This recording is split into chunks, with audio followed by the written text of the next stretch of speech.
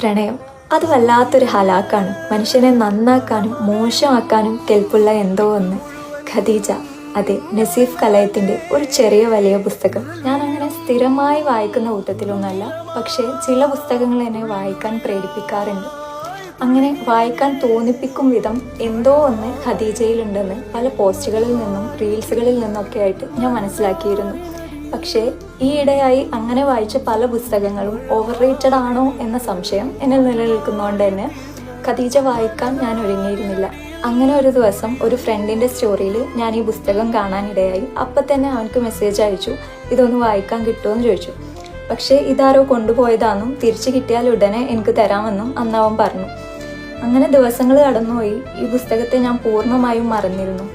ഒരു ദിവസം Instagram scroll ചെയ്യുന്നതിൻ്റെ ഇടയിൽ ചില വരികൾ വായിക്കാനിടയായി.